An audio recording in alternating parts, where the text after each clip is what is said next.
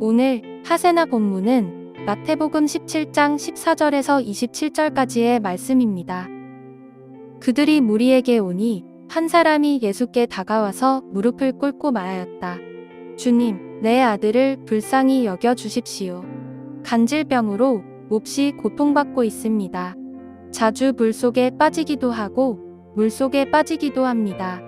그래서 아이를 선생님의 제자들에게 데리고 왔으나 그들은 고치지 못하였습니다. 예수께서 말씀하셨다. 아, 믿음이 없고 비뚤어진 세대여, 내가 언제까지 너희와 같이 있어야 하겠느냐? 내가 언제까지 너희에게 참아야 하겠느냐? 아이를 내게 데려오너라. 그리고 예수께서 귀신을 꾸짖으셨다. 그러자 귀신이 아이에게서 나가고 아이는 그 순간에 나았다. 그때 제자들이 따로 예수께 다가가서 물었다. 우리는 어찌하여 귀신을 쫓아내지 못했습니까? 예수께서 그들에게 대답하셨다. 너희의 믿음이 적기 때문이다. 내가 진정으로 너희에게 말한다. 너희에게 겨자씨 한 알만한 믿음이라도 있으면 이 산더러 여기에서 저기로 옮겨가라 하면 그대로 될 것이요 너희가 못할 일이 없을 것이다. 제자들이 갈릴리에 모여 있을 때에 예수께서 그들에게 말씀하셨다. 인자가 곧 사람들의 손에 넘어갈 것이다. 사람들은 그를 죽일 것이다. 그런데 그는 사흘째 되는 날에 살아날 것이다. 그렇게 말씀하시니 그들은 몹시 슬퍼하였다. 그들이 가버나움에 이르렀을 때에 성전세를 거두어 드리는 사람들이 베드로에게 다가와서 물었다. 여러분의 선생은 성전세를 바치지 않습니까? 베드로가 대답하였다. 바칩니다. 베드로가 집에 들어가니 예수께서 먼저 말씀을 꺼내셨다. 시몬아, 내 생각은 어떠냐? 세상 임금들이 관세나 주민세를 누구한테서 받아들이느냐? 자기 자녀한테서냐? 아니면 남들한테서냐? 베드로가 대답하였다. 남들한테서입니다. 예수께서 다시 그에게 말씀하셨다. 그러면 자녀들은 면제받는다. 그러나 우리가 그들을 걸려 넘어지지 않도록 해야 하니 내가 바다로 가서 낚시를 던져 맨 먼저 올라오는 고기를 잡아서 그 입을 벌려 보아라. 그러면 은전 한 잎이 그 속에 있을 것이다. 그것을 가져다가 나와 내 몫으로 그들에게 내어라. 예수님과 3명의 제자들이 변화산에 있을 때에 산에 오르지 않은 나머지 제자들에게 한 사람이 찾아옵니다. 그에게는 아들이 있었는데 간질병으로 심하게 고생을 하고 있었던 것 같아요. 그래서 그는 이 제자들을 향해서 자신의 아들을 고쳐달라는 부탁을 합니다. 그러나 이 제자들은 그 사람의 아들을 고치지 못했고 예수님께서 산에서 내려오시자 그 사람이 예수님을 찾아가서 부탁을 하게 됩니다. 예수님은 그 사람을 통해서 그동안의 자초지종을 들으셨고 아들을 고치지 못한 그 제자들의 믿음 없음에 대해서 한탄을 하세요.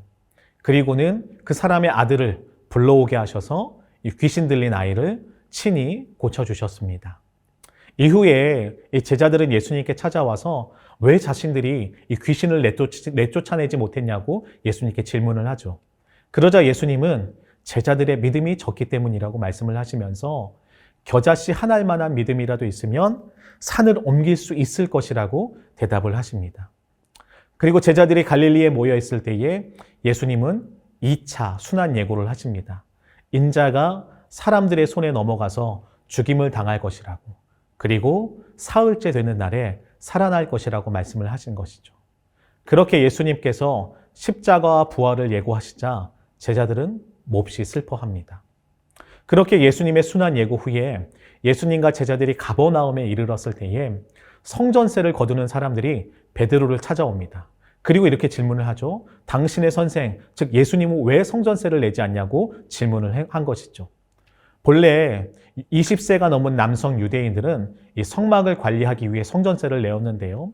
그것이 나중에는 이 성전을 유지하기 위한 세금으로 전환이 되었습니다. 그래서 유대인 성인 남성들은 매년 반세겔씩 성전세를 내었던 것이죠. 이를 바탕으로 성전세 징수자들은 베드로에게 질문을 한 것이었습니다. 베드로는 그들에게 예수님께서 성전세를 내신다라고 대답을 하고 집으로 들어갔습니다.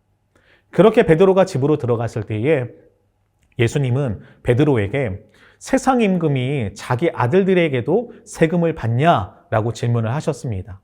그러자 베드로는 남들, 즉 타인에게서만 세금을 받습니다 라고 대답을 하죠.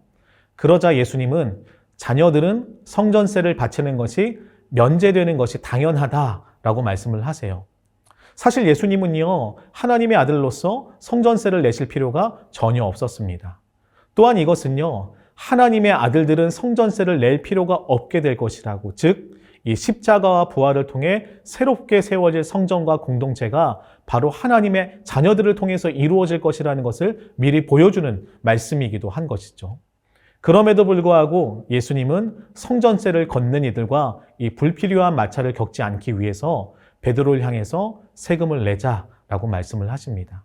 그래서 베드로에게 어떤 말씀을 하시나요? 낚시를 해서 맨 먼저 잡히는 물고기의 입을 벌려보면 거기에 은전 한 입이 있을 것이고 그것으로 성전세를 내자고 말씀하신 것이죠. 예수님께서 변화산의 영광을 보여주시고 산에서 내려오시자마자 예수님의 길을 따르고 보여줘야 했던 제자들은 산 아래에서 무기력하게 있었습니다. 어찌 보면 이제 십자가에서 죽음을 얼마 남겨두고 있지 않은 예수님의 입장에서 보면 이러한 제자들의 모습, 무기력한 모습은 참으로 안타깝고 답답하기까지 한 상황이었습니다. 그래서 예수님이 제자들에게 무엇을 중요하게 말씀을 하시나요? 바로 믿음입니다. 그것도 겨자씨와 같은 아주 작은 믿음의 중요성에 대해서 말씀을 하시죠. 제자들은 2차 순환 예고를 듣고 난 후에 몹시 슬퍼했다라고 성경은 기록하고 있어요. 1차 순환 예고 때에는 베드로는 예수님을 꾸짖으면서 그렇게 하면 안 된다라고 했지만 이번에는 십자가와 부활을 어느 정도 받아들이면서 슬퍼하는 모습을 보였습니다. 어쩌면 예수님이 다른 사람들의 손에 넘겨져 죽임을 당할 때에 자신이 할 수 있는 것이 아무것도 없다는 그 무기력함에 슬퍼했던 것이기도 할 것입니다. 다른 제자들도 역시 예수님의 말씀을 온전히 이해했는지 정확하게는 모르겠지만 아마도 그들 역시 베드로처럼 그런 무기력함 앞에서 슬퍼했을 것이라고 생각합니다. 예수님은 그러한 제자들을 향해서 믿음의 중요성에 대해서 일깨우셨어요. 비록 지금은 그들이 예수님의 말씀을 온전히 이해하지 못하고 받아들이지 못할지라도 귀신을 내쫓지도 못하고 십자가 앞에서 무기력한 모습을 보이고 있지만 예수님은 그들 안에 새롭게 세워질 성전을 바라보고 계셨기 때문에 그런 말씀을 하신 것이죠. 비록 지금 그들은 실패한 인생처럼 보이고 무기력한 인생처럼 보이지만 결국은 하나님의 자녀들로서 그들의 삶은 새롭게 될 것이라는 것을 예수님은 알고 계셨기 때문입니다. 우리는 우리가 하나님의 자녀라는 것을 기억하면 좋겠습니다. 우리는 세상을 살아가면서 때로는 넘어지고 실패하기도 합니다. 그럼에도 여전히 우리는 십자가와 부활을 통해 새로운 생명을 얻은 하나님의 자녀들입니다.